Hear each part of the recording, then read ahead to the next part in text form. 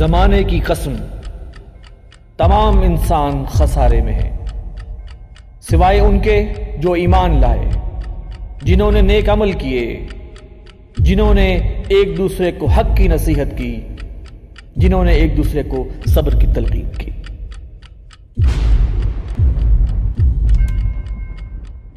بسم اللہ الرحمن الرحیم۔ السلام علیکم ناظرین، میں ہوں وسیم احمد اور آپ دیکھ رہے ہیں تازہ ترین خبروں پر تبصروں اور تجزیوں کا پروگرام زمانہ گواہ ہے۔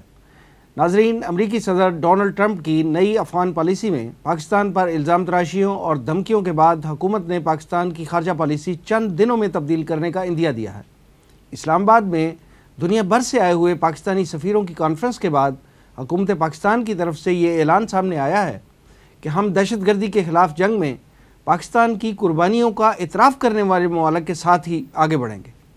افغان مسئلے کا حل فوجی نہیں سیاسی ہے، ہم یہ مسئلہ چائنا، روس کے ساتھ مل کر حل کریں گے۔ دنیا مانے یا نہ مانے، پاکستان دنیا کا واحد ملک ہے جو دہشت گردی کے خلاف جنگ جیت رہا ہے۔ ناظرین، ہم آج کے پروگرام میں پاکستان کی 70 سالہ ہسٹری کا عمومی جائزہ لیں گے اور یہ جاننے کی کوشش کریں گے کہ اس پورے عرصے میں ہم نے خارجہ پالیسی کے حوالے سے امریکہ کے گڑھے کی مچھلی بن کر کیا کھویا اور کیا پایا، اور صدر ڈونلڈ ٹرمپ کے حالیہ تیور دیکھنے کے بعد کیا واقعی اب یہ وقت آ گیا ہے کہ پاکستان اپنی خارجہ پالیسی کی ترجیحات کا ازسر نو تعین کرے۔ اس حوالے سے ہمارے وزیر خارجہ خواجہ آصف صاحب کے چائنا، ایران اور ترکی کے حالیہ دورے کتنی اہمیت کے حامل ہیں، ان تمام ایشوز پر گفتگو کے لیے اسٹوڈیو میں میرے ساتھ تشریف فرما ہے تنظیم اسلامی کے ترجمان محترم جناب مرزا ایوب بیگ صاحب اور دفاعی تجزیہ نگار اور تنظیم اسلامی کے سینئر رہنما بریگیڈیئر ریٹائرڈ غلام مرزا صاحب۔ آئیے پروگرام کا آغاز کرتے ہیں۔ ایوب بیگ صاحب، ایک عام تاثر یہ ہے کہ گزشتہ 70 سال کی جو پاکستان کی تاریخ ہے، اس میں پاکستان کی خارجہ پالیسی جو ہے وہ امریکہ کے زیر اثر رہی ہے۔ اب جب کہ نئی افغان پالیسی آ گئی ہے، ڈونلڈ ٹرمپ صاحب نے اپنی تمام افغانستان کی ناکامیوں کا ملبہ جو ہے وہ پاکستان پہ ڈال دیا ہے، اور نہ صرف یہ کیا ہے بلکہ انہوں نے پاکستان پہ الزامات لگائے ہیں، دھمکیاں دی ہیں، تو اب کیا سمجھتے ہیں آپ کہ یہ وقت نہیں آ گیا کہ پاکستان اپنی خارجہ پالیسی میں چینج لائے؟ بسم اللہ الرحمن الرحیم۔ وسیم صاحب، معذرت سے عرض کروں گا کہ ایک تو پاکستان کی 70 سال سے مسلسل پالیسی امریکہ کے زیر اثر نہیں آئی۔ میں آپ کو بہت سے واقعات کا حوالہ دے سکتا ہوں جب پاکستان کی پالیسی امریکہ کے زیر اثر نہیں تھی، اور پھر یہ کہ جو کچھ آپ نے آخر میں فرمایا ٹرمپ کی وجہ سے ہم اس کو بدلیں، اب تو کسی بدلنے کا سوال نہیں ہے۔ بدلنے کا سوال تب ہوتا جب امریکہ، ٹرمپ صاحب اس بیان میں کوئی امکان رکھتے ہمیں ساتھ رکھنے کا۔ اب تو یہ ہے نا کہ انہوں نے ہمیں دوسری طرف دھکا دے دیا ہے، پالیسی کا چینج کا کوئی سوال نہیں ہے، خود بخود بدل، جب انہوں نے دھکا ہی دے دیا ہے اور ہم جا کر دوسری طرف جا گرے ہیں تو اب پالیسی کی تبدیلی کا کیا سوال ہے؟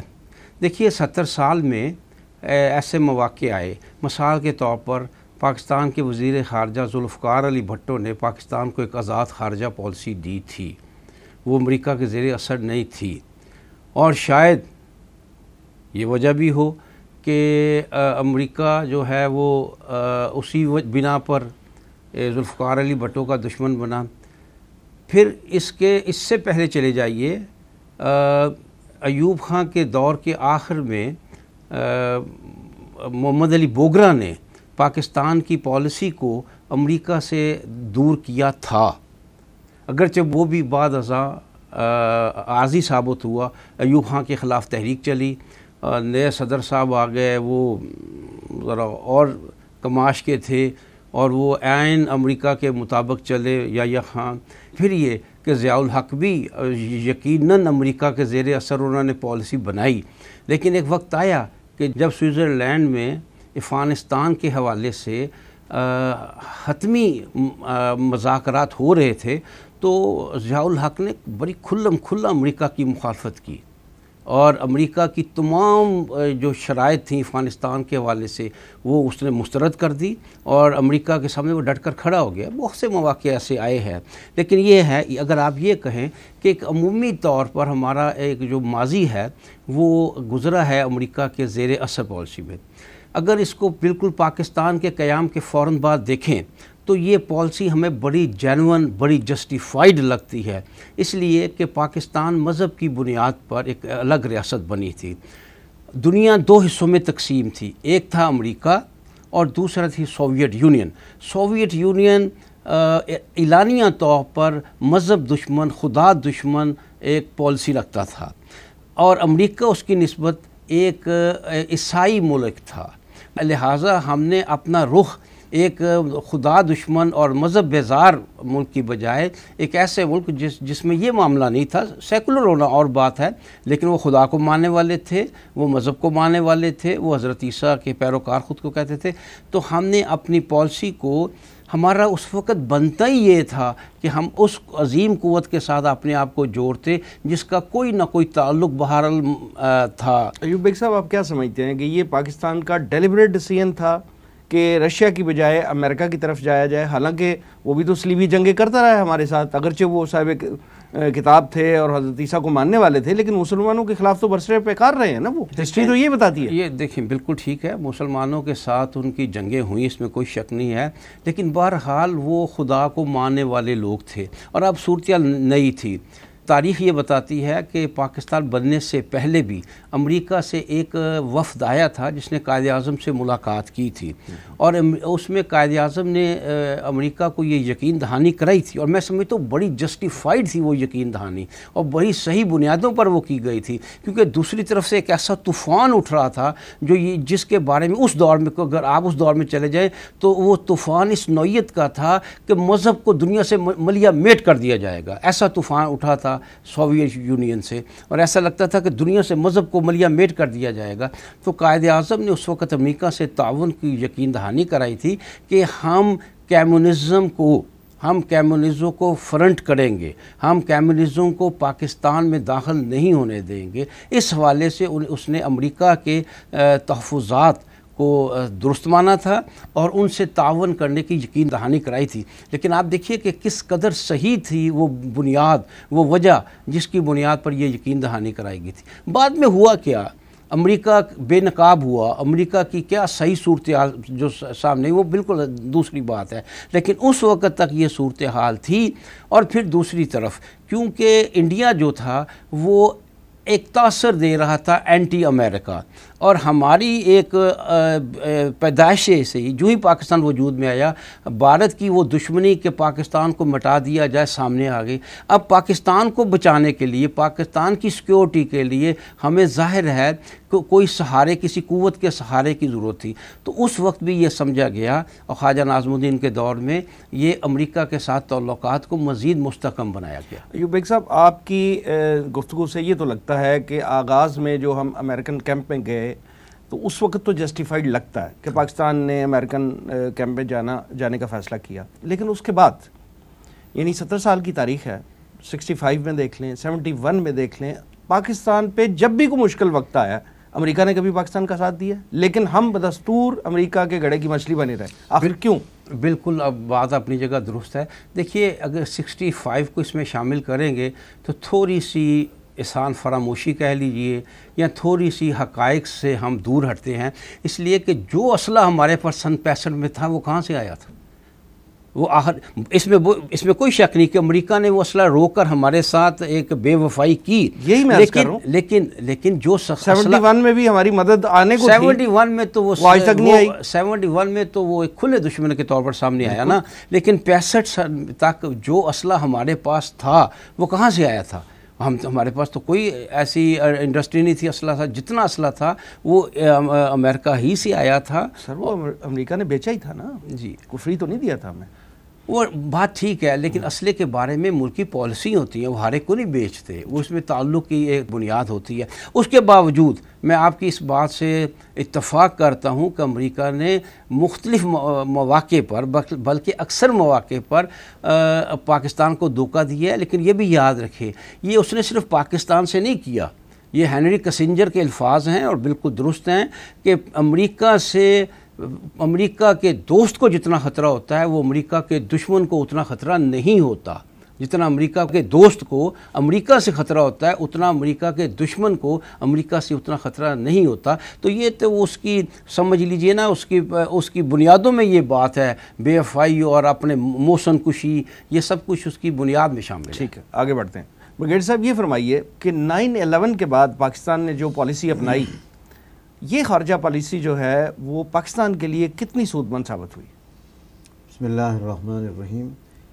9/11 کے ذکر سے پہلے جس طرح بھی ایوب ایک صاحب کچھ تھوڑی سی ہماری ہسٹری ٹریس کر رہے تھے فارن پالیسی کی، ذرا اس کو ایک دفعہ کچھ چند چیزیں اس میں ایڈ کروں گا تاکہ 9/11 کو بھی سمجھنے میں آسانی ہو جائے. ضرور.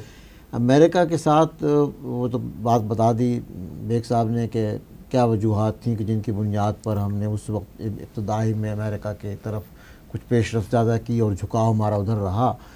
لیکن بہرحال وہ جو اس کے بعد ریلیشن شپ تھی وہ اس میں اتار چڑھاؤ آتے رہے. 9/11 سے پہلے آپ یہ سمجھیں کہ 1962 میں جب انڈیا اور چائنا کا ایک تنازع ہوا تھا، سرحدی تنازع ہوا تھا، اور انڈیا کو اپنی ساری فوج نکال کر اور وہ چائنا کے مطلب اس میں حالانکہ انڈیا کو ہزیمت ہوئی، شکست ہوئی، بہت مطلب ہے ان کو وہ خفت اٹھانی پڑی، لیکن بہرحال اپنی ساری توجہ ادھر مرکوز کی تھی اور کشمیر اس وقت خالی تھا اور پاکستان کے لیے ایک موقع تھا کہ پاکستان دوبارہ کشمیر میں وہ مطلب گولڈن چانس تھا کہ اپنی فوجیں داخل کرتا اور وہ ٹیک اوور مطلب اس میں ایک واک اوور مل جاتا پاکستان کو. اس وقت امریکہ نے، حالانکہ انڈیا جو تھا مطلب خارجہ پالیسی کی آپ یہ دیکھیں نا خوبصورتی کہ انڈیا جو تھا وہ امریکن مخالف کیمپ میں تھا، لیکن انڈیا کی جو بھی آپ اسے خارجہ پالیسی کی کامیابی کہہ لیں یا انڈیا کی سچویشن اسٹریٹجی سچویشن ایسی تھی یا امریکہ کی چائنا مخالف پالیسی کا یہ وجہ تھی، مطلب ہر ملک کے اپنے مفادات ہیں کہ انہوں نے پاکستان پر ایوب خان پر پریشر ڈال کر پاکستان کو روکا کہ جی آپ یہ اس وقت کشمیر کے معاملے میں اپنی فوجیں وہاں نہ بھیجیں، وہ نہ کریں، ہم بعد میں اس معاملے میں آپ کی ہیلپ کریں گے اور کشمیر کروا دیں گے ایشو. لیکن جب وہ موقع ختم ہو گیا اور پاکستان نے وہ موقع گوا دیا، امریکہ اپنے وعدے سے پھر گیا. امریکہ کے وعدے جو ہے ایسے ہی ہوتے ہیں. 9/11 سے میں نے اس کا رشتہ اس لیے جوڑا کہ 9/11 کے موقع پر بھی مشرف صاحب نے جس طرح بالکل ہی مطلب تمام مطالبات، حالانکہ ان کی تو ایک لمبی لسٹ تھی، وش لسٹ تھی امریکہ کی، اور دھمکی بھی تھی کہ either you are with us or against us، لیکن بجائے اس کے کہ اس میں کچھ مطلب ہے چلو اگر کرنا ہی تھا کچھ مطلب ہے امریکہ کو فیور کرنا تھا یا امریکہ کی بات ماننی تھی تو اس وقت کچھ مطالبات مانے جاتے. اب جو چیزیں سامنے آئیں، اس وقت مشرف صاحب نے قوم کو یہ پٹی پڑھائی تھی کہ یہ ہمارے بڑے مسائل حل ہوں گے، ہمارا کشمیر کا جو مسئلہ ہے وہ امریکہ ہماری وہ ہیلپ کرے گا اس کو حل کرنے میں، اگر ہم اس وقت امریکہ کے اس میں بات نہیں مانیں گے تو ہمیں اس سے نقصان ہوگا. اور اسی طرح بہت سی جتنی 5 وجوہات گنوائی تھی انہوں نے، بلوچستان کا مسئلہ، فلاں مسئلہ، ان تمام مسئلوں میں پاکستان کو خفت اٹھانی پڑی، پاکستان کو پسپائی اختیار کرنی پڑی، پاکستان کو کوئی فائدہ نہیں ہوا وہ 9/11 کے اس میں. اور اس کے علاوہ اب جو باتیں سامنے آئی ہیں، اب جب یہ امریکہ نے امداد بند کر دیا، آپ نے ٹرمپ کا بھی حوالہ دیا اس پالیسی کا، تو اب بات سامنے آئی ہے کہ اس وقت جو امریکہ کو راہداری دی گئی، جو مطلب ایک افغانستان پہنچنے کے لیے راستہ چاہیے تھا نا اس کو، وہ فری آف کاسٹ دیا گیا تھا.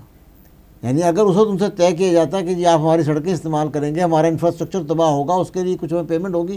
وہ تو جب سلالہ کا واقعہ ہوا اور پھر ہم نے اس وقت تھوڑا سا مطلب مسل دکھایا اور امریکہ کی وہ فیسلٹی ختم کی اور ان کو سینٹرل ایشین سٹیٹس کے تھرو آنا پڑا اور ان کو پر کنٹینر $1700 پے کرنے پڑے سینٹرل ایشین سٹیٹس کو. تو پھر کوئی پتہ چلا کہ ہم نے تو مفت ہی میں ان کو واک اوور دیا ہوا تھا. تو 9/11 کے بعد جو پاکستان نے پالیسی اختیار کی مشرف صاحب کے زمانے میں، وہ بھی ایک مارمی ڈکٹیٹر تھے، وہ بھی بالکل یک طرفہ طور پر ہم نے امریکہ، یعنی آپ کا خیال ہے کہ وہ قطعی طور پر پاکستان کے لیے سود مند مطلب ثابت جو نہیں بھی ہوئی؟ اس وقت بتائے گئے تھے کہ یہ فوائد ہمیں حاصل ہوں گے، اس میں سے کوئی بھی ایک فائدہ پاکستان کو حاصل نہیں ہوا. پاکستان کے اندر دہشت گردی بڑھ گئی، پاکستان کو اپنی اس وار آن ٹیرر کو جو ہے اس کو اون کرنا پڑا، پاکستان کا مانیٹری بھی نقصان ہوا، پاکستان کی جانیں بھی 50,000 سے زیادہ ضائع ہوئی ہیں، بہت سے ہمارے فوجیوں کی جانیں ضائع ہوئی ہیں، کوئی فائدہ. اور الٹا یہ کا الزام پھر ہمارے سر پر ہے.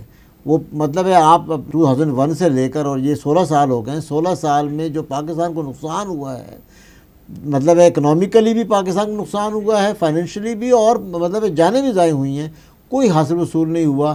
مجھے دوبارہ وہ 1962 والا واقعہ جو ہے یاد آ رہا ہے کہ امریکہ کی بات مان کر ہم نے اس وقت بھی نقصان اٹھایا اور اب بھی امریکہ کی باتیں بالکل یک طرفہ طور پر مان کر ہمیں اس کا کوئی فائدہ نہیں بلکہ نقصان ہوا.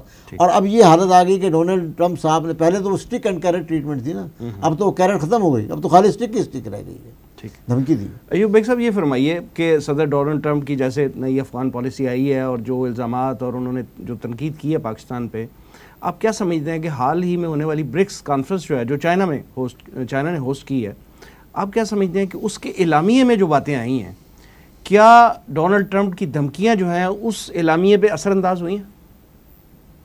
وسیم صاحب، ایک تو میں بریگیڈیئر صاحب کی بات کی مزید تائید کر دوں کہ پاکستان کی پوری تاریخ میں مشرف کے دور میں جس طرح امریکہ کی پالیسی کے زیر رہے ہیں، اور جس طرح امریکہ کے زیر رہے ہیں، اور جس طرح کی امریکہ کی فرما روی ہم نے امریکہ کی کالونی بن چکا تھا کالونی، بالکل، یعنی پالیسی کا معاملہ نہیں تھا، آپ نے صحیح لفظ استعمال کیا کہ ہم بالفعل امریکہ کی کالونی بن کے تھے. اس طرح پاکستان کے نہ پہلے نہ بعد میں اس طرح کا معاملہ نہیں ہوا. میں اس کی تائید میں عرض کرنا چاہتا ہوں. دیکھیے، یہاں جہاں تک برکس کا تعلق ہے، اصل میں تو میں سمجھتا ہوں کہ بنیادی طور پر یہ جو ایک نیا فورم بنایا گیا تھا وہ اپنے مقاصد کو حاصل کرنے میں ناکامی کی طرف جا رہا ہے.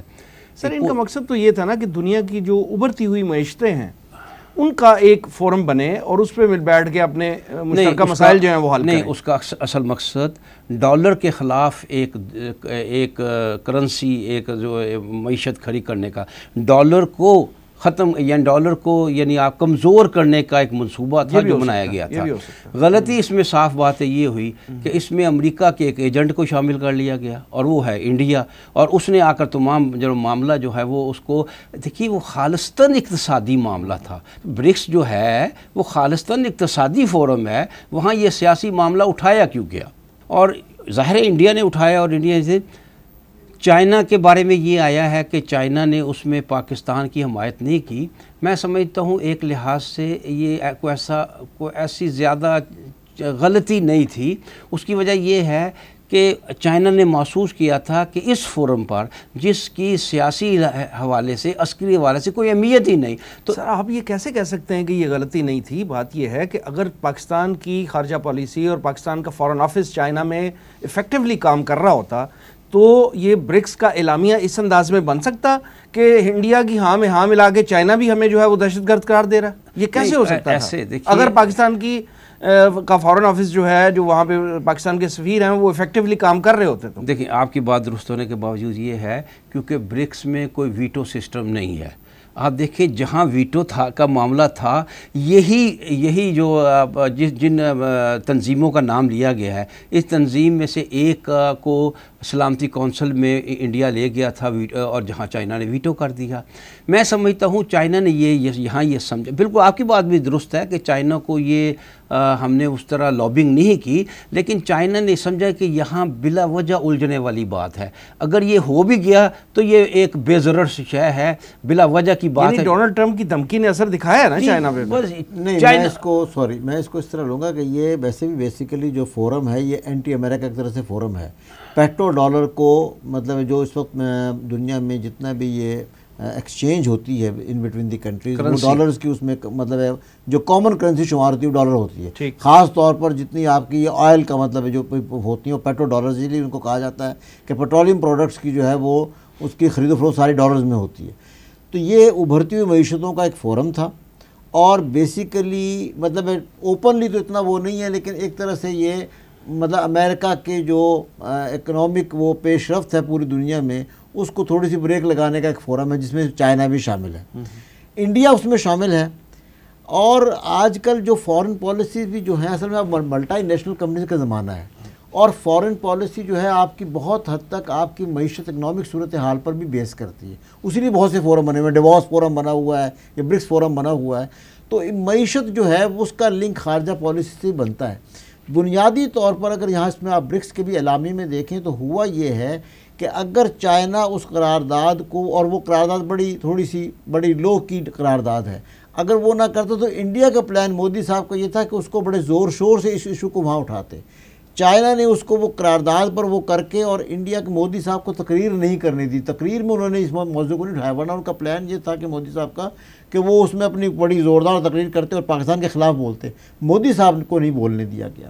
لیکن اگر تھوڑا سا آپ سوچیں اس میں بھی حقیقت پسندانہ نظر سے، لیٹس بی فیئر، کہ بیسیکلی سی پیک کا جو آپ کا منصوبہ چل رہا ہے اس میں بھی دہشت گردی کی وارداتیں تو تھوڑی بہت ہو رہی ہیں نا, چائنا کا نقصان ہوا تو بہت ہے. زیادہ ہو تو رہی ہے. ایک طرح سے اگر آپ یہ کہیں کہ تھوڑا سا چائنا نے پاکستان کو احساس دلایا ہے کہ اس معاملے میں آپ کو بھی مطلب انٹرنلی کچھ دیکھنے کی ضرورت ہے, اور اس لحاظ سے ایک طرف اس نے انڈیا کو خاموش کیا, مودی صاحب کو زیادہ کو پرزور وہاں پر بیانات داغنے نہیں دیے, اور پلس یہ کہ تھوڑا سا پاکستان کو کہا ہے کہ بھئی اس معاملے میں آپ محتاط ہوں.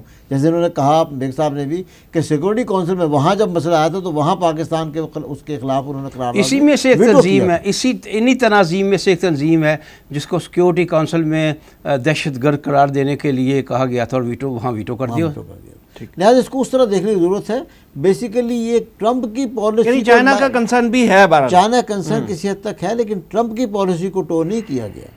ٹھیک. انڈیا کا تو موڈ بہت زیادہ مطلب وہاں تھا کہ وہ شاید اٹھائے اس کو اور دوسرے ملکوں کو بھی مطلب وہ کرے.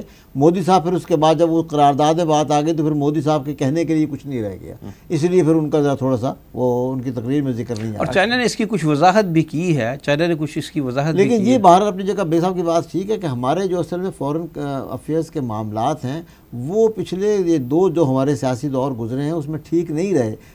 جو پہلے پیپلز پارٹی کی حکومت تھی اس میں حسین حقانی والا معاملہ آ گیا تھا, اور اب جو یہ حکومت ہماری چل رہی ہے اس میں تو وزیر خارجہ ہی نہیں ہے. اچھا بریگیڈیئر صاحب یہ فرمائیے کہ ایک رائے یہ ہے کہ اگر پاکستان کی داخلہ پالیسی جو ہے وہ ٹھیک ہو جائے تو خارجہ پالیسی جو ہے آٹومیٹکلی ٹھیک ہو جائے گی, یہ رائے کہاں تک درست ہے؟ سر بہرحال بنیادی طور پر یہ تو بات ہے کہ ہر ملک کے لیے ایک داخلی استحکام بہت ضروری ہوتا ہے. آپ کا اپنا گھر جو ہے جیسے بھی خواجہ صاحب نے بیان دیا کہ ان آرڈر ہونا چاہیے, اور ان آرڈر ہونے کا مطلب وہ نہیں جو خواجہ صاحب کا مطلب تھا. بیسیکلی یہ ہے کہ آپ کے ملک کی اندرونی صورتحال بھی اس قسم کی ہو. آپ دیکھ رہے ہیں کہ ہمارے ملک میں سیاسی صورتحال یہ ہے کہ پچھلے 3 سال سے خارجہ پالیسی تو کسی کی توجہ نہیں ہے. ہم تو اپنے ہی مطلب سیاسی لیڈر جو آپس میں ہی ہم لڑ بھڑ رہے ہیں, اور ساری توجہ جو ہے آج کل وہ ایک حلقے کی کانسٹیٹوئنسی کے الیکشن پر مرکوز ہے. خارجہ پالیسی پہ تو ہماری توجہ ہی نہیں ہے. داخلی استحکام جو ہے وہ بہت ضروری ہوتا ہے, اور یہ بات ہم نے شروع سے جیسے کہی نا کہ پاکستان ایک نظریاتی مملکت ہے. پاکستان جس نظریے کی بنیاد پر وجود میں آیا تھا اس کی پاسداری, اس آئین کی پاسداری کی حکومت اگر ملک کے اندر ہو اور تمام ادارے اپنی اپنی جگہ کام کر رہے ہوں اور اداروں کے درمیان لڑائی نہ ہو رہی ہو تو پھر خارجہ پالیسی میں بھی ایک وزن پیدا ہوتا ہے. آپ جب باہر جا کر کسی سے بات کرتے ہیں, اپنے ملک کا کیس پیش کرتے ہیں, تو ظاہر ہے کہ آپ کو پیچھے مڑ کر اپنی مطلب توجہ خارجہ پالیسی کے حوالے سے دیکھیں تو ہمارے جو 2 سفیر حضرات ہیں وہ آپس میں پوسٹنگ ٹرانسفر کے ایشو پہ جو ہے وہ آپس میں لڑ رہے ہیں. میں یہ کہہ رہا ہوں مطلب یہ تو حالات ہیں ہماری خارجہ پالیسی کے. کام جو ہے وہ اس حد تک بہت ضروری ہوتا ہے کہ جب آپ باہر جا کر ڈپلومیسی میں آپ کہیں بات کرنا کرتے ہیں تو آپ کا کوئی ویک پوائنٹ نہ ہو, ایسا ہو کہ جس کو وجہ بنا کر وہ آپ کی بات سننے سے انکار کر دیں. آپ کے جو پارلیمانی وفود جاتے ہیں وہ سیر کر کے واپس آ جاتے ہیں.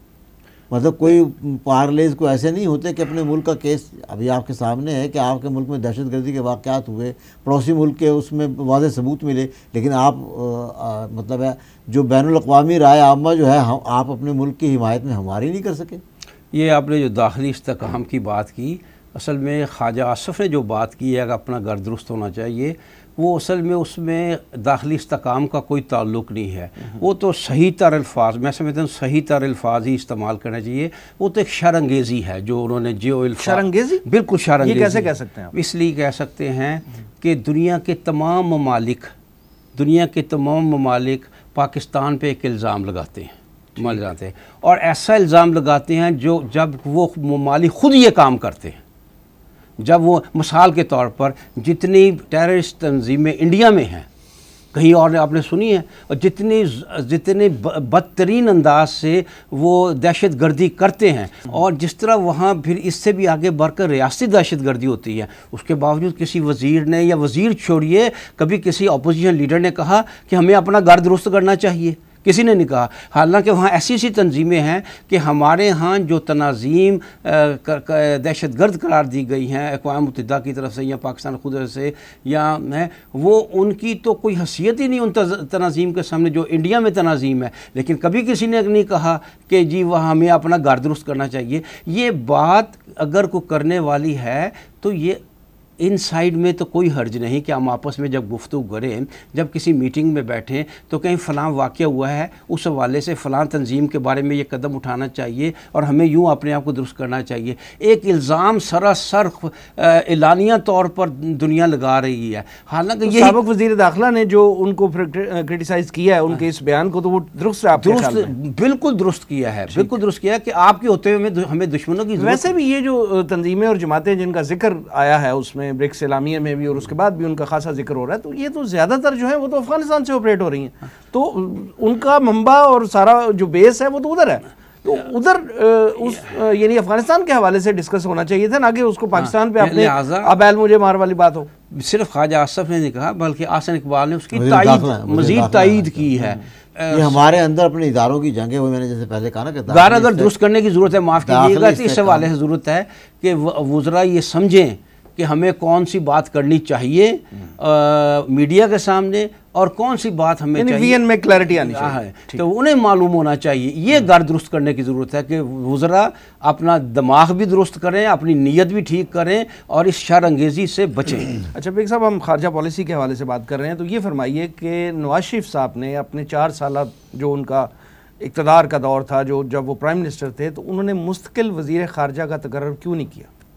یعنی ایک معاون خصوصی اور ایک مشیر خارجہ پہ کیوں اکتفا کر رہے ہیں وہ؟ اور دونوں ریٹائرمنٹ کی سے گزر چکے ہوئے تھے۔ دیکھیے میں سمجھتا ہوں کہ ایک بات ہے، آپ اس کو الزام سمجھ لیجیے، کچھ سمجھ لیجیے کہ ہمارے ملک کا صرف نواز شریف نہیں، کوئی نہ کوئی تو حکمت ہوگی نا کہ تمام ڈپارٹمنٹس کے وزراء موجود ہیں، اتنی امپورٹنٹ جو وزارت ہے اس کا وزیر ہی موجود ہے۔ میں آپ کو بتاتا ہوں ان کی کیبنٹ میں کوئی میرے خیال سے صلاحیت کا مالک نہیں تھا کہ جس کو بناتا نہیں، یا اپنے اوپر زیادہ اعتماد تھا۔ میں عرض کر دیتا ہوں کہ دیکھیے ویسے تو ہمارا ہر حکمران، وہ نواز شریف ہو یا زرداری ہو، وہ اپنے استحکام کے لیے، اپنے اقتدار کے استحکام کے لیے، اپنی کرسی کی مضبوطی کے لیے باہر دیکھتا ہے، سب کا معاملہ یہ ہے۔ لیکن اس معاملے میں نواز شریف صاحب اس قدر آگے تھے کہ وہ یہ رسک نہیں لے سکتے تھے کہ خارجی معاملات طے کرنے میں کسی اور بندے کو میں آگے کر دوں جو مجھے امریکہ سے ناراض کروا دے۔ یعنی اپنے آپ کو عقل کل سمجھتے تھے اس حوالے سے؟ عقل کل بھی سمجھتے تھے اور اپنے سمجھتے تھے کہ میرا تحفظ صرف اس میں ہے کہ میں دوسری بڑی قوتوں کو خوش رکھوں گا تو مجھے یہ کرسی ملے گی، اور میرا کوئی وزیر کسی خارجہ وزارت خارجہ ہے کہ اس سے تعلق ہے نا، کوئی ایسی بات نہ کر دے، کوئی ایسا معاملہ نہ اٹھا دے جس سے میری ذات پر، میری کرسی پر، میرے اقتدار پر کوئی حرف آ جائے۔ تو لہٰذا اس چیز کو مضبوط رکھنے کے لیے، حالانکہ عام آدمی جانتا ہے کہ ایک پاپولر لیڈر تھے نواز شریف صاحب، پاپولر لیڈر ہیں، نااہل ہونے کے باوجود یہ کہنا کہ وہ پاپولر لیڈر نہیں ہے غلط ہوگا، وہ ابھی بھی ایک پاپولر لیڈر ہیں، لیکن اس کے باوجود ہر شخص جانتا ہے کہ انہیں خارجی امور کی بالکل اب جسے کہتے ہیں نا اے بی سی بھی معلوم نہیں تھی، ہر شخص جانتا ہے، یہ کوئی راز کی بات نہیں ہے، لیکن اس کے باوجود صرف انہوں نے اپنے پاس اس لیے رکھا کہ میرا وزیر خارجہ کسی وقت بھی کسی بیرونی قوت کو کہیں ناراض نہ کر دے۔ یہ ایک پوائنٹ آف ویو ہے، لیکن میرا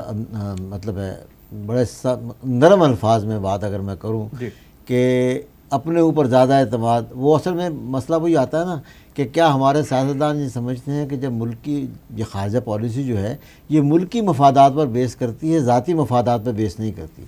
اور نواز شریف صاحب کا خیال یہ تھا کہ جیسے پہلے دور میں کلنٹن کے دور میں جب وہ یہ وزیر اعظم تھے تو ان کا خیال تھا کہ میری بڑی کوئی ذاتی ایک ریپورٹ ہے بڑی اچھی ان کے ساتھ کلنٹن کے ساتھ، تو ان کا خیال یہ ہے کہ خارجہ پالیسی مشرف صاحب کا خیال تھا کہ میرے ذاتی تعلقات بش کے ساتھ بن گئے ہیں، تو ذاتی مطلب وہی میں بتا رہا ہوں کہ ہمارے لیڈروں کا یہ ایک مطلب وہم کہہ لیں یا خوش فہمی ہے کہ یہ خارجہ تعلقات جو ہیں یہ ذاتی دوستوں کی بنیاد پر چلتے ہیں، حالانکہ ذاتی دوستوں کی بنیاد پر ہر ملک جو ہے وہ اپنے ملکی مفادات، ذاتی مفادات نہیں، ملکی مفادات کو پریفرنس دیتا ہے، ذات کی نفی کرنی پڑتی ہے، بس یہ ایک فرق ہے۔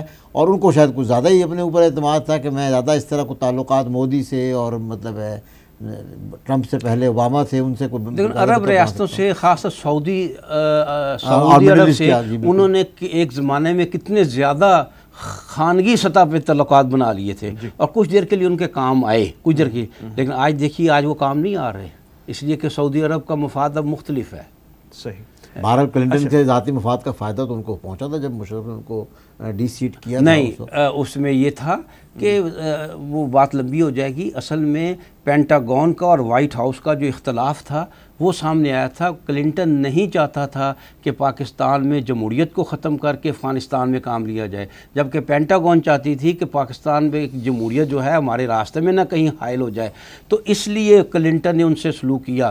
لیکن جو ہی وہی بش جب دوسرا بش داخل ہوا وائٹ ہاؤس میں اور اس نے مشرف کے ساتھ ایسے تعلقات بنائے، اس لیے کہ اب امریکی مفاد جو تھا وہ یہ تھا کہ وقت کے صدر کو، اور یہ سمجھتے ہیں. لیکن جب صدر مشرف صاحب نکلے ہیں تو بش نے ان کی طرف دیکھا بھی نہیں ہوگا.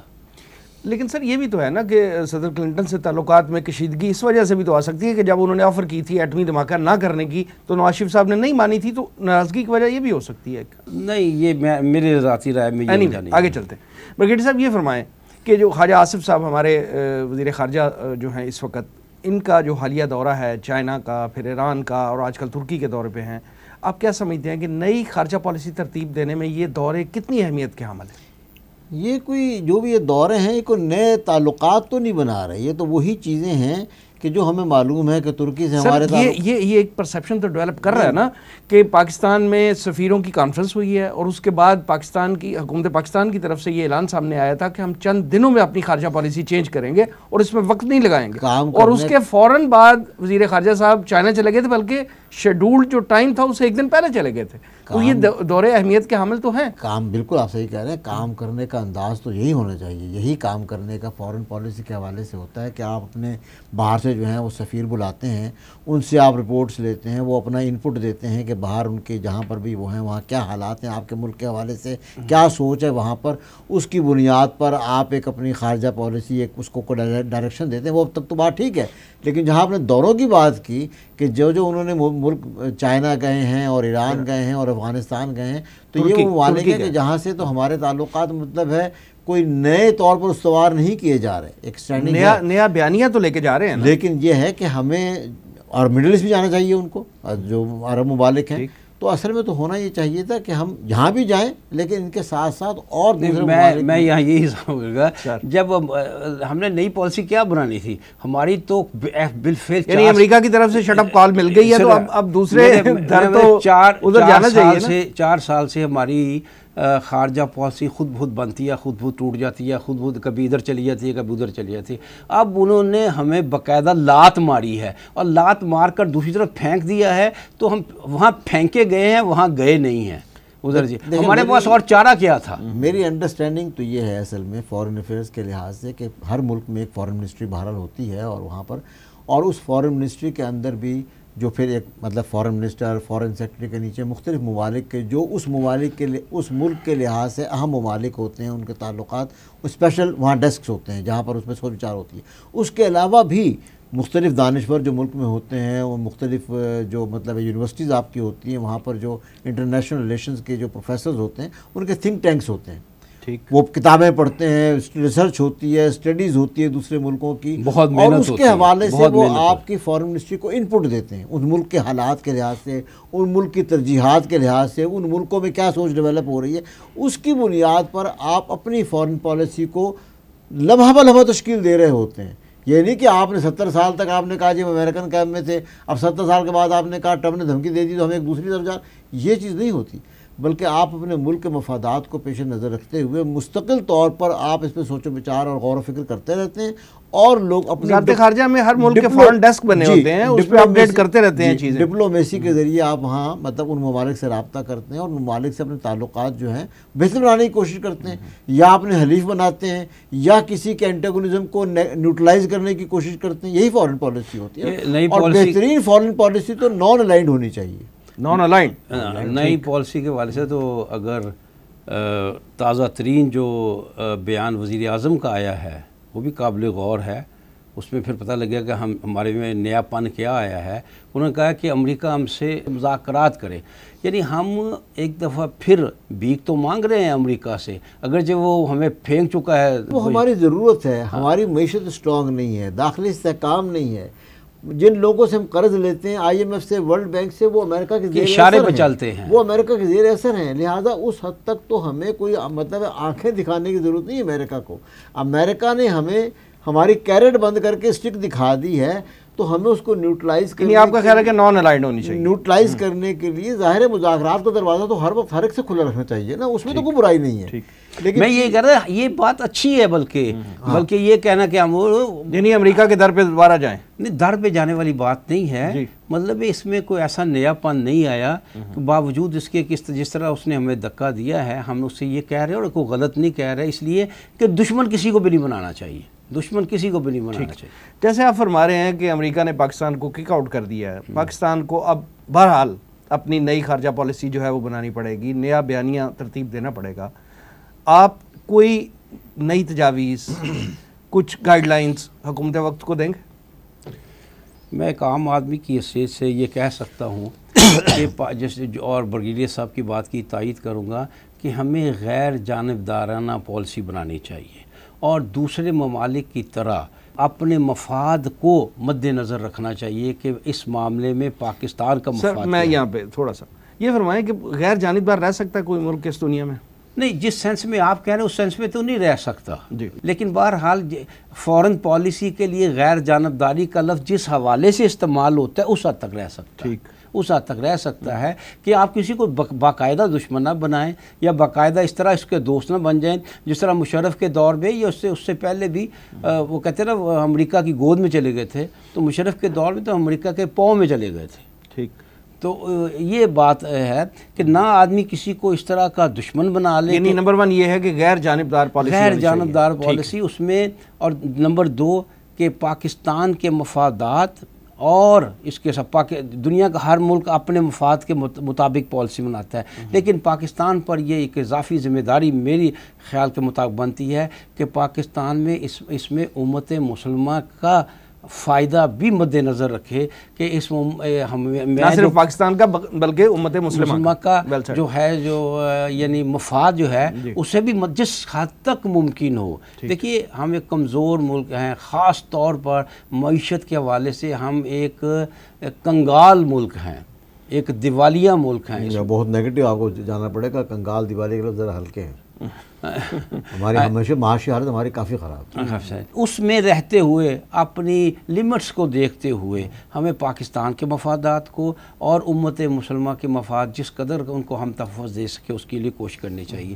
دوسری یہ بات یہ ہے کہ اس میں تو کوئی شک نہیں ہے کہ جہاں تک بھارت کا تعلق ہے ہمیں بھارت سے بھی تعلقات اس سطح پہ نہیں لے جانا ہوں گے کہ کوئی جنگ کا معاملہ بن جائے, لیکن ایک بات کو جسے بنیادی پتھر کہتے ہیں نا سمجھنا چاہیے کہ بھارت ہمارا یقیناً ازلی اور ابدی دشمن ہے. لہٰذا ہم ایسی پالیسی بنائیں جس سے پاکستان اور بھارت کی دشمنی تو کم ہو, جتنی دشمنی ہے وہ کم ہو جائے, زیادہ سے زیادہ کم ہو جائے جتنی کم ہو سکتی ہے, لیکن ہم بھارت سے دوستی کی طرف چل پڑیں یہ غیر فطری بات ہے. یہ ایک ایسی بات ہے جو ہمارے لیے انتہائی ضرر رساں ہوگی. یعنی بھارت سے دوستی کے لیے اصول و ضوابط طے ہونے چاہیے, اور یہ اس کی کوئی بنیاد ہونی چاہیے, باوقار انداز میں ہونی چاہیے, اور پاکستان ایک اسلامی ملک کی حیثیت سے کرے, اور جب تک بھارت اس کو تسلیم نہ کرے کہ واقعتاً وہ ریاست پاکستان کو تسلیم کرتا ہے جیسا کہ اس نے ابھی تک نہیں کیا, اس وقت تک بھارت سے کوئی دوستی کا معاملہ, اور جیسے کہ یہ جب تک کشمیر کا معاملہ طے نہ ہو بھارت سے محبت کی پینگیں بڑھانا یہ ان کے زخموں پر ان کے نمک چھڑکنے والی بات ہے, یہ بھی نہیں ہونی چاہیے. لہٰذا پاکستان کو بھارت کے حوالے سے, کیونکہ بھارت جو ہے وہ ہماری خارجہ پالیسی کے حوالے سے ایک بنیادی شے ہے جو ہم نے طے کرنی ہوگی. ہماری پالیسی کیا ہونی چاہیے کہ دشمنی ہم کم سے کم رکھیں گے اور دوستی کی طرف ہرگز نہیں بڑھیں گے. برگیڈیئر صاحب, ایوب بیگ صاحب کی طرف سے 3 تجاویز آ گئیں بڑے مؤثر انداز میں, آپ کیا تجاویز دیں گے خارجہ پالیسی کے حوالے سے؟ خارجہ پالیسی بطور ایک اسلامی ملک کے ہمیں اپنے ان اسلامی اصولوں پر ترتیب دینی چاہیے, اور ہمارے لیے اسلامی اصول سب سے پہلا تو یہی اصل میں کہ نمبر 1 تو یہ ہے کہ پاکستان ایک نظریاتی مملکت تھا, اس کی وجہ جواز جو ہے وہ اسلام تھا. اسلام کے علاوہ یہاں پر آپ کو پتہ ہے مختلف قومیتیں آباد ہیں, مختلف مذاہب کے لوگ بھی آباد ہیں, اور اسلام میں بھی کسی مطلب ہے کسی کو جبراً مسلمان کرنے کا کوئی مطلب وہ نہیں ہے کوئی طریقہ. ہر شخص جو ہے اس مملکت کا اپنے مذہب پر رہتے ہوئے شہری رہ سکتا ہے. ایسا کرنے کی تو تعلیمات ہی نہیں ہے نا. جی لیکن میں بات جو اس میں لے کے جا رہا ہوں کہ پاکستان جس نظریے پر قائم ہوتا ہے داخلی استحکام کے لیے، جیسے آپ نے خود بھی کہا تھا کہ داخلی استحکام کتنا ضروری ہے. داخلی استحکام کے لیے سب سے پہلی ضرورت تو یہ ہے کہ ہم اپنے اس نظریے پر قائم ہوں. ہمارا آئین بنا تھا، اس آئین میں قرارداد مقاصد بھی ہے، اللہ کی حاکمیت کا تصور بھی ہے. مسئلہ ہمارا یہ ہے کہ ہم اس آئین پر اللہ سے کیے ہوئے وعدے پر بھی پورے نہیں اترتے. اسلام میں سب سے بڑا اصول جو ہے وہ عہد کی پابندی ہے، اور اس عہد کی پابندی میں کوئی مسلمان غیر مسلم کی تفریق نہیں ہے. عہد کی پابندی مسلمان کے ساتھ بھی اتنی ہی ضروری جتنی غیر مسلم کے ساتھ ضروری ہے. لہٰذا ہماری خارجہ پالیسی ایسی ہو جس میں بد عہدی نہ ہو، اور جب بد عہدی نہیں ہوگی تو وہ بہترین ڈپلومیسی ہوتی ہے. اس میں رسول صلی اللہ علیہ وسلم ہمارے لیے تو یہی ہے کہ بد عہدی کسی قوم سے اگر معاہدہ کیا، اس معاہدے کو اپنی حد تک پورا کیا. اگر مدینہ میں ایک ریاست شروع میں قائم ہوئی تھی، میثاق مدینہ ہوا تھا، وہاں پر 2 یہودی قبائل بھی آباد تھے. ان یہودی قبائل کے ساتھ جو معاہدہ ہوا تھا، نبی اکرم صلی اللہ علیہ وسلم اس معاہدے پر قائم رہے. بد عہدی ان قبائل کی طرف سے ہوئی جس کی وجہ سے پھر ان پر ایک ان کو سزا دی گئی. اور قرآن حکیم میں بار بار اس چیز کا حکم ہے. پھر ہمارے لیے وہی اسوہ رسول ہے کہ ٹھیک ہے اسلام کی دعوت اپنی جگہ تھی، لیکن جو قبیلے اسلام قبول نہیں بھی کرتے تھے، نبی اکرم صلی اللہ علیہ وسلم جاتے تھے، ان کو اپنا حلیف بناتے تھے یا ان کو نیوٹرلائز کرتے تھے. دشمن جو بڑا تھا وہ تو مکے میں بیٹھا ہوا تھا، لیکن ان کے اثر کو ختم کرنے کے لیے اگر ہمارا بھی کوئی دشمن ہے، ان کو اثر کو ختم کرنے کے لیے ضروری نہیں ہے کہ ہر وقت کوئی جنگ کا اس میں رہے، بلکہ یہ ہے کہ اپنے حلیف ملکوں کے ان میں اضافہ کیا جائے. آپ جائیں دوستی کی کامن بنیادیں جو ہیں تلاش کریں اور ان کو نیوٹرلائز کریں، ان کو اپنا حلیف بنائیں. اس کے لیے داخلی استحکام پہلا ضروری ہے. نمبر 2 پر معاشی، آج کل کی دنیا میں معاشی استحکام بھی بہت بڑی ضرورت ہے. پاکستان کی معاشی صورتحال جو ہے وہ بھی بہت دیگرگوں ہے. آپ قرضوں کی مطلب ہے اس میں جکڑے ہوئے نکلنا چاہیے. جب آپ قرضوں میں جکڑے ہوئے ہوں، جن لوگوں سے آپ نے قرضے لیے ہوں، تو پھر آپ کی آزاد خارجہ پالیسی کیسے بنے گی؟ آپ نے ذکر کیا تھا کہ امریکہ کا ہولڈ ہے ورلڈ بینک اور IMF پر، اور وہ آپ کو آپ کے قرضے ریشیڈیول کریں یا آپ کو کوئی نیا قرض دیں، خواہ وہ ایشیا بینک لگا دیں، خواہ وہ نہیں، مطلب ہے وہ آپ کو اگر ان کا ایک اشارہ ان کے دیکھتے ہیں وہ ادارے جو ہیں، اور اس کے بغیر وہ آپ کے نہ قرضوں کو ریشیڈیول کرتے ہیں، نہ آپ کو کوئی تھوڑی سی ریلیکسیشن بھی نہیں دیتے. اور اگر وہ چاہیں تو آپ کی جو ایکسپورٹس ہیں وہ بند کر دیں. آپ کی تو ایکسپورٹس جو کچھ بھی ہیں وہی بہت کم ہیں اس وقت. امپورٹ بل زیادہ ہے، ہمارا ایکسپورٹس کم ہے آپ کی. اور وہ ایکسپورٹس بھی جو ہیں وہ یورپین یونین کی اور امریکن جو ہیں ان کے آشیرواد کی وہ ہیں. چائنا سے آپ کا جو ٹریڈ ہے وہ تو ون وے ہے، چائنا کا مال آ رہا ہے، آپ کی چیزیں یہاں سے چائنا کوئی نہیں جا رہی. لہٰذا داخلی استحکام بھی ضروری ہے، معاشی استحکام بھی ضروری ہے، اور اس کے بعد پھر سفارتکاری کا ایک رول آتا ہے. وہ سفارتکاری کے لیے ایک فل ٹائم آپ کا فورن منسٹر ہونا چاہیے، اور وہ فورن منسٹر کے ساتھ پھر جو باقی آپ کے سفارتکار ہیں، جو سفارت خانے ہیں، وہ بھی اپنی ذمہ داری. یہاں پر تو یہ ہے کہ وہ جو انگریزی کی مثال ہے کہ one should not wash the dirty linen in the public. ہمارے 2 بڑے سفارتکار جو ہیں مطلب فورن منسٹر کے 2، وہ ایک دوسرے کے بارے میں ان کے جو خطوط ہیں وہ منظر عام پر آتے ہیں، تو وہ تو ایک مطلب بڑا برا امپریشن ڈالتے ہیں نا. تو ان تمام چیزوں کو مد نظر رکھتے ہوئے پھر آپ کی جو فورن پالیسی بنے گی اس میں آپ کے حریف بھی ہوں گے، آپ کے کچھ ہمدرد بھی ہوں گے، اور آپ کے لیے بہرحال آج کل کی دنیا میں آپ الگ تھلگ تو نہیں رہ سکتے، اسی میں پھر مواقع ملیں گے آپ کے لیے. جی بھائی صاحب آپ کیا فرمائیں؟ میں ذرا اپنی پہلی گفتگو کے حوالے سے اس کی وضاحت کرنا چاہتا ہوں. میں نے انڈیا کے حوالے سے کہا ہے کہ ہماری ان سے دوستی نہیں ہو سکتی، لیکن اب میں آپ سے ایک ایسی بات کہنے لگا ہوں جو شاید آپ کو ایسے لگے جیسے میں اپنی پہلی بات کو کنٹراڈکٹ کر رہا ہوں، لیکن نہیں. ایک صورت میں دوستی ہو سکتی نہیں بلکہ ہونی چاہیے، گہری دوستی ہونی چاہیے. وہ کیسے؟ وہ کس بنیاد پہ؟ دیکھیے پاکستان بنا تھا ایک مذہب کی بنیاد پہ، نظریہ پاکستان اسلام تھا. اگر آج بھی آپ پاکستان کو ایک اسلامی فلاحی ریاست بنانے میں کامیاب ہو جائیں، اللہ کرے، تو پھر بہت ضروری ہے کہ ہم بھارت کے ساتھ دوستانہ تعلقات قائم کریں. لیکن اس کے ساتھ شرط اول یہ ہے کہ پاکستان ایک اسلامی فلاحی، انڈیا کی نیت بھی تو ٹھیک ہونی چاہیے، اس کے اعمال بھی تو ٹھیک ہونے چاہیے. جو مسلمانوں پہ جو مظالم ڈھا رہا ہے ان کا بھی تو کچھ سدباب ہونا چاہیے. میں عرض کرتا ہوں کہ جب پاکستان اسلامی فلاحی ریاست بن جائے گا تو آپ دیکھیے کہ اس وقت بھی ہندوستان میں پاکستان سے زیادہ مسلمان آباد ہیں. اتنے مسلمان پاکستان میں تعداد میں نہیں ہیں جتنے انڈیا میں ہے. اسلامی فلاحی ریاست کی اٹریکشن اتنی زبردست ہوگی, اس کے ثمرات اس طرح کھل کر سامنے آئیں گے کہ انڈیا کے لیے ممکن نہیں رہے گا کہ پاکستان کے ساتھ تمام اختلافات ختم کر کے پاکستان کے ساتھ دوستی کا معاملہ کیا جائے, وگرنہ اگر اس نے نہ کیا تو ہندوستان ان مسلمانوں کی جو اٹریکشن جو ہوگی اسلامی فلاحی ریاست سے, ہندوستان ٹکڑے ٹکڑے ہو جائے گا. ہندوستان کی پاکستان سے دوستی ہندوستان کی مجبوری بن جائے گی. اور پاکستان کو ایک اور فائدہ ہوگا کیونکہ پاکستان میں ایک ایسی زبان بولی جاتی ہے یعنی اردو, جو ہندوستان میں بڑی وسیع پیمانے پر سمجھی جاتی ہے. تو پاکستان کے بعد پھر یہ بھی موقع ہوگا کہ وہ دعوت جو مسلمان کا فریضہ ہے کہ اپنے دین کی دعوت ہر دوسرے شخص کو دے, وہ فریضہ پورا کرنے میں اسے بڑی آسانی محسوس ہوگی. لہٰذا انڈیا جیسے آپ نے کہا وہ بدنیتی اس کی اپنی جگہ ہے, لیکن اب اس کے تحفظ کا دار و مدار اس پر ہوگا کہ وہ پاکستان کو تسلیم کر لے, وہ پاکستان کے ساتھ اپنے تعلقات اچھے کر لے, وگرنہ وہ ٹکڑے ٹکڑے ہو جائیں. اسی حوالے سے میں جو ایک بات مزید ایڈ کرنا چاہتا ہوں, میں نے بار بار معاشی استحکام کی بات کی, اس کو میں مزید وضاحت کر دوں. ٹھیک ہے کہ ہم بہت قرضوں کی اس میں جکڑے ہوئے ہیں, لیکن ہمارے ہاں جو اصل میں ایک بہت غلط غیر متوازن صورتحال ہے کہ غریب بہت غریب ہے, اور جو ہمارے سیاستدان ہیں جو ناجائز, اور مطلب ان کے لیے کوئی دولت کا حصول جو ہے اس کے لیے کوئی ناجائز اور جائز ذرائع کا کوئی تفریق ہے ہی نہیں. وہ جو ہے اللہ تعالی میں جو اپنی دولت جس طرح کماتے ہیں اور جس طرح خرچ کرتے ہیں, اگر وہی ختم کر دیں, وہی بند کر دیں ہمارے بہت سے مطلب ہے جتنے M N Es M Ps اور جو ان کی مراعات ہیں, اور وہ چلے میں یہ تو نہیں کہتا کہ وہ اپنے عوام کے لیول پر لے آئیں, لیکن اگر وہ اپنے وہ اللہ تعالی خرچ ختم کر دیں اور ان کے جو بے پناہ غیر مطلب اس سے بھی معاشی استحکام آئے گا, تو اس سے بھی ہمارے ہاں وہ فرق بھی ختم ہوگا. اور آپ پوٹینشیل دیکھ لیں کہ پاکستان میں اتنا پوٹینشیل ہے کہ ہم مطلب اتنے یہ جو اب آپ کے سامنے کیسز آ رہے ہیں اور نیب کے کیسز اور احتساب کمیشن, اس کے باوجود بہرحال یہ ملک کسی نہ کسی چل ہی رہا ہے. اگر وہ سب کچھ آپ ختم کر دیں تو میرے خیال سے کہ پاکستان پر یہ بیرونی قرضوں کا بھی جو بوجھ ہے وہ بہت حد تک کم ہو جائے گا, جس کی وجہ سے کھڑا ہونے کے قابل ہو جائے گا. اندر داخلی استحکام اس کی وجہ سے آئے گا. آپ کی بہت سی دہشت گردی جو آپ آج کل اخبار میں خبریں پڑھ رہے ہیں کہ بہت سے پڑھے لکھے لوگ انجینئر ہیں اور ڈاکٹرز ہیں اور فلانی یونیورسٹی, اور وہ لوگ ملوث ہیں, یہ کیوں ہیں؟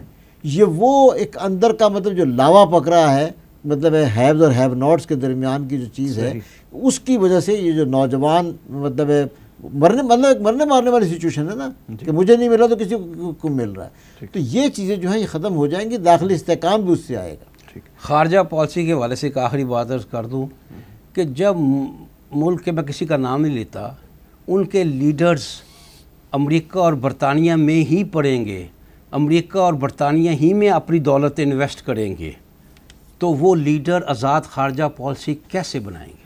کس طرح ممکن ہوگا؟ نہ صرف پڑھیں گے بلکہ علاج بھی کرواتے ہیں, علاج بھی وہی علاج کریں, اس لیے کہ یہاں تو اسپتالوں نے بنانا کوئی نہیں, تو سب کچھ وہاں ہوگا, تو آزاد خارجہ پالیسی کیسے بن سکے گی؟ تو لہٰذا ایک یہ بھی, اگر آپ نے کہا کہ تجاویز دیں, تو یہ بھی ہے کہ ہمارا ہر لیڈر جو ہے وہ نہ وہاں اپنے بچوں کو پڑھنے کے لیے بھیجے, نہ وہاں کسی ایک دمڑی کی بھی نوکری کے لیے, نہ کاروبار کے لیے, نہ علاج کے لیے کرے. تب وہ جب ان کا سارا انٹرسٹ پاکستان میں ہو جائے گا, پھر وہ پاکستان کے لیے سوچیں گے. درست فرمایا آپ نے. برگیڈیئر صاحب اور ایوب بیگ صاحب, ہمارے پروگرام میں تشریف آوری کا بہت شکریہ. ناظرین, یہ تھا آج کا پروگرام. آج کے لیے اتنا ہی. اس پروگرام کا فیڈ بیک ضرور دیجیے گا. ہمارا ایڈریس ہے media@tanzeem.org. اگلے پروگرام تک کے لیے وسیم احمد کو اجازت دیجیے. اللہ نگہبان.